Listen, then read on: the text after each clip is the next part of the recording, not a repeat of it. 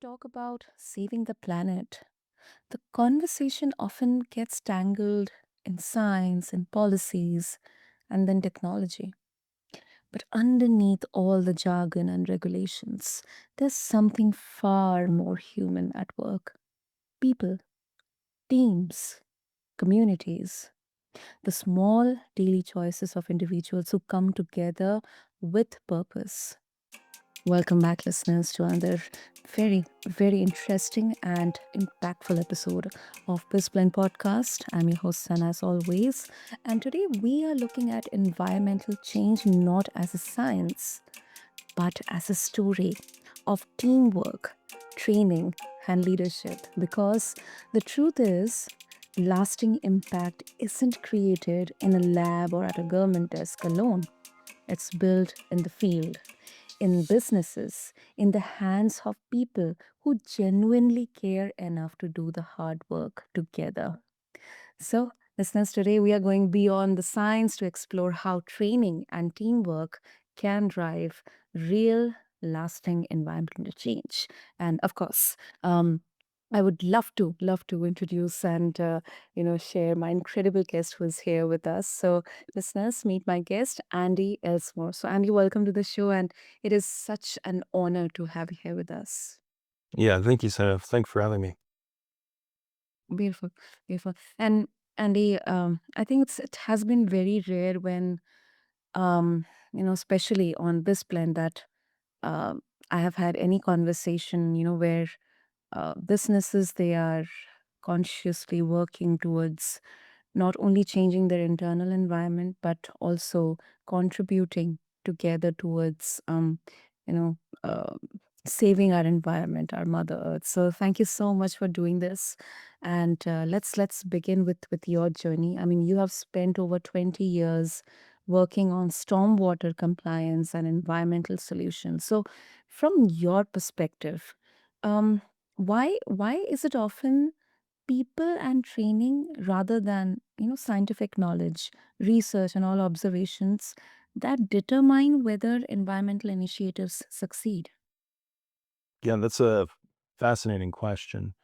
So I've Mm. spent, as you mentioned, 20 years doing environmental compliance, and I really work deeply with not only the science but the human aspect of change and changing our habits. And as you mentioned, we have this um, a lot of different tools for environmental change as well as change within our business, right? We have experiments, scientific experiments that produces data that leads to changes that we might make.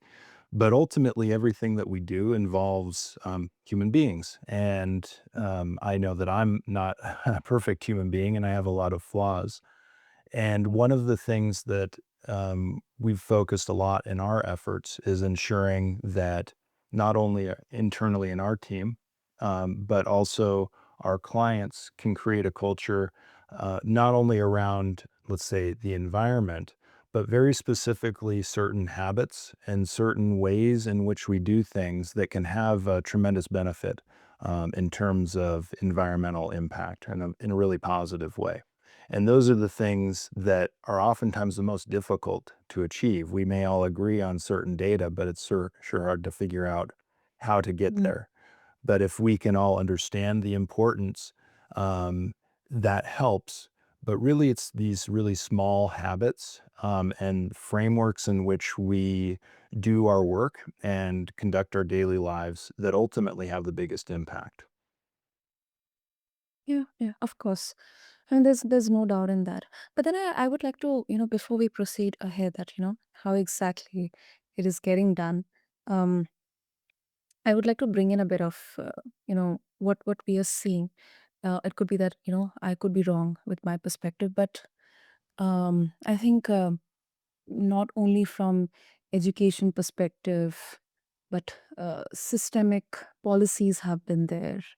You know, people, activists, even corporates also have been in there pushing for environmental changes and highlighting environmental challenges. But uh, I think it kind of, looks at a bigger scale that nothing is getting done. It's like you are planting 20 trees, but at the same time dumping whole lot of all chemical waste into the oceans and then the rivers and the seas. So, uh, I mean, you know, it's kind of a view that problem isn't people or training; it's the system itself. That no amount of teamwork can solve environmental challenges without systemic shifts in policy and economics. So, how do you respond to this critique, Andy? Yeah, that's a great question. So I live in California, and California has been a leader in terms of environmental compliance regulations and initiatives for a really long time. What we see on the ground, our work specifically, just to back up a little bit, is associated with construction and industrial sites. We help them to reduce the pollutants that come off the site when we have rainfall, and that in turn helps them to comply with environmental regulations. So what we see is that we'll have an environmental regulation that may be very ambitious, Mhm. that has very stringent requirements, and they also have a lot of enforcement behind it as well. They'll have site visits from government officials ensuring that they're in compliance. But there's a missing link in this is even that maybe at the corporate level or even at the management level, people want to comply with these rules because of, fines or enforcement or the regulations, or that they just want to have clean water, which is great. What happens is on the ground, people get busy. Let's take, for example, an industrial worker. He's been working hard all day. And really, Mhm. last thing he wants to do at the end of the day is maybe clean up, cover up the materials, sweep up the yard, do these things. They're thinking about, hey, how do I get home an extra 15 minutes early? Or how can I sometimes even just do the least amount of effort because they're tired out from their day. Um, Mhm. these are really the places, the intersection of policy, science, and management that Yeah. they can't really touch that part, that individual action. So we work first with our team.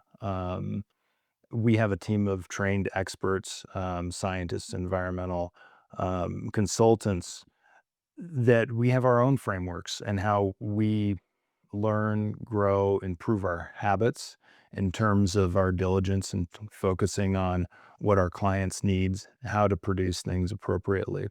And we allow that to trickle down to our clients when we provide training. Oftentimes, we'll provide on site training, not just to the management level, but very specifically to the people who are doing the activities on site. And this may not be directly related to the compliance monitoring or reporting, but very specifically, maybe that person who's pushing the broom at the end of the day, or the person Mhm. who's covering up the materials, or the shift leader who's deciding whether they need to do a activity outdoors while it's raining to save a little bit of time, or to call it quits for the day, or even shift their focus to a different task that may not have as much impact on stormwater quality.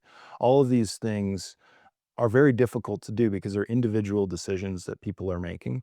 And Mhm. part of how we communicate that to people is first, we can all agree. I I haven't met anybody who doesn't want to have clean water, that doesn't either enjoy, fresh fish, or they don't enjoy recreating in the water, or they just want clean water to drink for themselves and their family. Everybody can connect with that, but it's really hard to connect their daily habits at the end of the day or before a rainstorm with that impact that may occur. So we use a technique that involves discussing having as common understanding about what we need, and why we need it, and then talk about the stories behind things that have gone wrong. In the United States, we have a lot of examples of river pollution that was unchecked, rivers lighting on fire before the Clean Water Act was passed in the United States. Those are some extreme examples, but one of the biggest pollutants to waterways in the US is sediment. This can be sediment for construction sites or Mhm. vacant lots. It can be erosion from roadside construction or just even maybe the slope in the back of one's house. All those, when we have rain, get into the storm drain and can really impact negatively not only the stream itself, but also the aquatic life as well as the water quality, and it can bring additional pollutants. So we discuss those stories, and then we talk about a number of different ways that the individuals, very specifically, how their actions can improve that. And so that they can celebrate those things at the end of the day instead of, skipping out a little bit early on sweeping or not sweep quite as much or not covering up materials or cleaning up spills. They might Mhm. be able to be celebrated for making the right decision. They can celebrate personally and then also help to instill a culture for their management to celebrate them for doing the right things. And all those little teeny tiny changes make a huge difference when you're looking at the overall impact that we have. And we try to reach as many people as possible with that message is that there's small little things that one can do that can have a very significant impact over time. And it doesn't just involve regulation, it involves those very small things and culture Mhm. shift about thinking about how to keep the environment clean and protecting our waterways, not only for ourselves, but our loved ones. I I completely agree with that. Completely agree with that. And really, really makes, it look possible that um teams and local teams and businesses, they can really create meaningful change. Um and talking about culture, and cultural changes, Andy, I mean, you have built teams in your own company. So how do you move training from being a one-time compliance, all these um, you know set of training documents and slides and the mailed email reminders that this is the first reminder, second reminder, you haven't done your training, you haven't done your training, just for the sake of doing training. Sometimes employees, they um, do the training, that's it.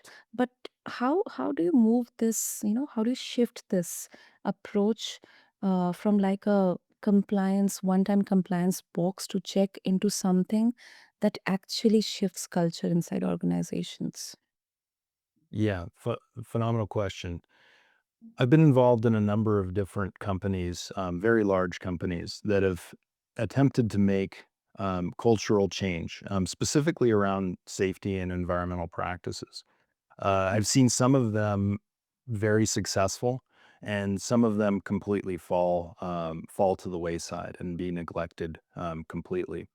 The things Mhm. that we've noticed in this process, the lasting change in the culture, it has to start at the top, where the top of the organization and middle management really champion that change, and they model that change for the employees below them. So Mhm. that could be as simple as saying, "Hey, we're all going to take a training on environmental compliance requirements because we feel like this is important, not just because we have to check this box, but because we want to make this change." And it's a consistency game where you have to put the effort in all the time. It's not just, "Hey, we did our training this month. We'll wait until next month for our next training." It needs to be something that they're demonstrating it and they're paying attention to, because the workers below middle management and at middle management will always be looking upwards to see what the habits, the actions, and where the focus of their supervisors may be. If they say it's all about the numbers, you need to get this many pieces of product out in the next, 5 days. Well, that's Mhm. what the focus will be. But if they say we need to get these products out, we need to get five products out in the next 5 days. Um, but we have a rainstorm and we need to make sure that we're taking care of our environmental compliance first. Then people can shift their mindset and their focus. And it does start with recognizing the challenges and the ability of the employees themselves. So this is where upper management and middle management generally have the hardest time is really connecting with the folks that are um, doing the day-to-day work. They may not Yeah. understand their job or the challenges that they have.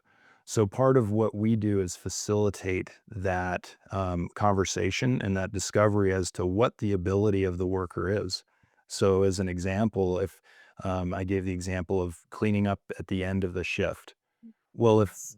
if they never give people 15 minutes to clean up at the end of the shift, you know what will happen at 4 o'clock or 5 o'clock, they're going to punch out regardless.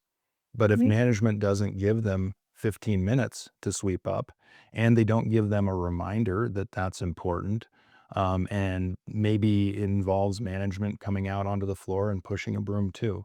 Uh, Yeah. Part of this is recognizing that if we all have a shared value and if this is a clean or safe environment, um, the limits that we have on completing that is associated with our either ability or time and not necessarily our desire for having a clean environment. Most people would prefer to have a clean work environment, and that also benefits the stormwater and environment as well. So, recognizing that, carving out the time, giving people the appropriate equipment. We've seen where people don't have brooms, so how can you sweep up at the end of the day if you don't have the appropriate equipment to do that or the appropriate time? Totally. Totally. I think it's not just one single individual who takes the ownership, but it's on every level, especially top down. Um, very rightly pointed out, the leaders, the middle management, um, and uh, and what practical steps. I mean, if you can support that with a case study, make training stick beyond the classroom, Andy. Yeah, great point. The most striking example that I have of making a cultural shift often comes in companies that have had fines and or legal settlements, where it gets the attention of the once again upper and middle management, where they say, "Hey, we have to make this a priority." And I've seen companies go from barely paying attention to their stormwater compliance to putting all the resources they can towards demonstrating that they're doing a good job. And it's unfortunate for them that it has to get to that point, but that's where we see the biggest change. And once again, it's the upper and middle management that become fully engaged in that process. It's not a process that's driven from the bottom down in that way. And I do have an example of where um, you know bringing from the bottom up has had pretty significant improvements as well. Is when we find a champion, is what we call it, of stormwater quality, somebody who is assigned, essentially somebody who maybe just has a little extra time on their hands. The upper management hands them the job. Well, you're in charge of stormwater compliance.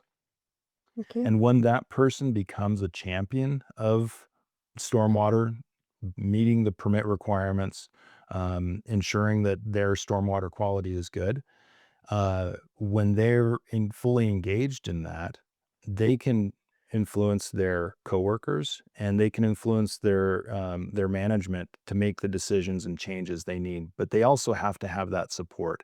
So there's no way to separate the individual actions from the teamwork and the focus and culture of the whole company in terms of improving environmental compliance and improving the environment and water quality. Wow. Definitely, definitely. I think it's a ripple effect. It's definitely a ripple effect. And I really like that because when it comes to training, too often it feels like a lecture and not a lived experience. And I think our listeners, they'll definitely know how much impactful lived experiences can be. Also, around leadership. I mean, in your experience, Andy, um, what role does teamwork play in keeping environmental initiatives alive when, regulations they feel complicated or overwhelming? Yeah, great question. So teamwork's essential in this process because you have to have subject matter experts. So, for example, our company plays that role, but also not just persons or individuals that are responsible for ensuring compliance with the rules, but also being able to communicate those rules effectively, and make them adaptable to each person's job. For instance, maybe the administrative assistant at a business may have a very small impact on water quality. She would be throwing papers away or, things like this just to make sure they're in the waste container. That's important. But one of the, actually, another striking example of change was we had an administrative assistant who took the responsibility of being their stormwater champion, and Mhm. they went from being out of compliance and continuing having metals, contaminants in the water that was running off from their site. But she was able to turn the culture around completely. So it doesn't have to be a specific individual or specific role, but the teamwork has to originate from somewhere, and you have to have those experts, right? You have to have an expert that helps advising. You have to have the expert in being responsible for the compliance, an expert responsible for getting the team together, rallying around that goal. So the teamwork is essential for that process, and you can't have any types of gaps in that teamwork. You have to have all those components. Totally, totally. And I think this also calls for, um, kind of making realize the value behind this, because somebody who is volunteering for this, let's say from a team, if they do not feel, um, I mean, that's what reality, is. Because sometimes we may feel that, this is once again some another compliance. So why should I care? Why should all of us care? I mean, we have so much of workload. So let's not devote time to this. But if we are getting rewarded for that, at least recognized for that, then only I think that ripple effect comes into fruition. Absolutely. The management has to recognize the extra effort somebody's taking in that process. And it could be as simple as throwing away the trash, covering trash cans, moving some materials out of the rain. Those have to be recognized, and that process of recognition needs to be celebrated.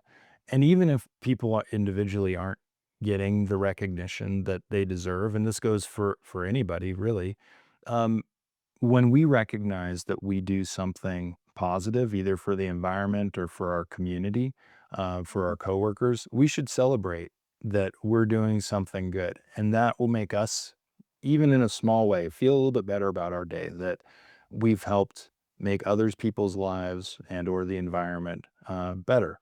And all of those things really make a big difference when you're talking about the process of improving the environment, whether you say it's from a government regulation standpoint, people who've passed laws or advocated for laws, or different industry groups that advocate for their position. It's a process of everybody um, recognizing that shared purpose and value that we have in the environment, and making sure that we can celebrate it even in a small way individually. But it would be best if we could get celebration from those in positions of management above, and that would help to solidify that understanding, and really reinforce that positive impact that people are having. 100%. That definitely is so right. Great, great. So, Andy, of course, if our listeners they would like to connect with you and explore more about your work, the resources that you're providing, what should be the easiest way? Yeah, the easiest way is to connect with us through our website. It's at stormwater.pro. So stormwater.pro. We're also on LinkedIn as well. You can check me out on my personal LinkedIn, Andy Ellsmore. And yeah, it would be great to connect if anybody has questions or would like to share their own personal stories. That would be great. Superb, superb. I'll make sure to have the links, the details in the show notes for listeners to check this out. And Annie, thank you so much for bringing this up and taking the initiative, because I think this conversation is a reminder that change isn't something abstract. It is personal. Although regulations and science, they give us the structure, the framework, but it's we the people who carry the work forward. So thank you so much. Thank you for having me. Great conversation. And to all the listeners, if you are leading a business, managing a team, or you are simply trying to make a difference in your community, please remember that change doesn't start in policy or science. It starts in people. Thank you to every one of you for tuning into this episode of BizBlend. I'm your host, Sana, and until next time, let's keep blending business with purpose. Thank you.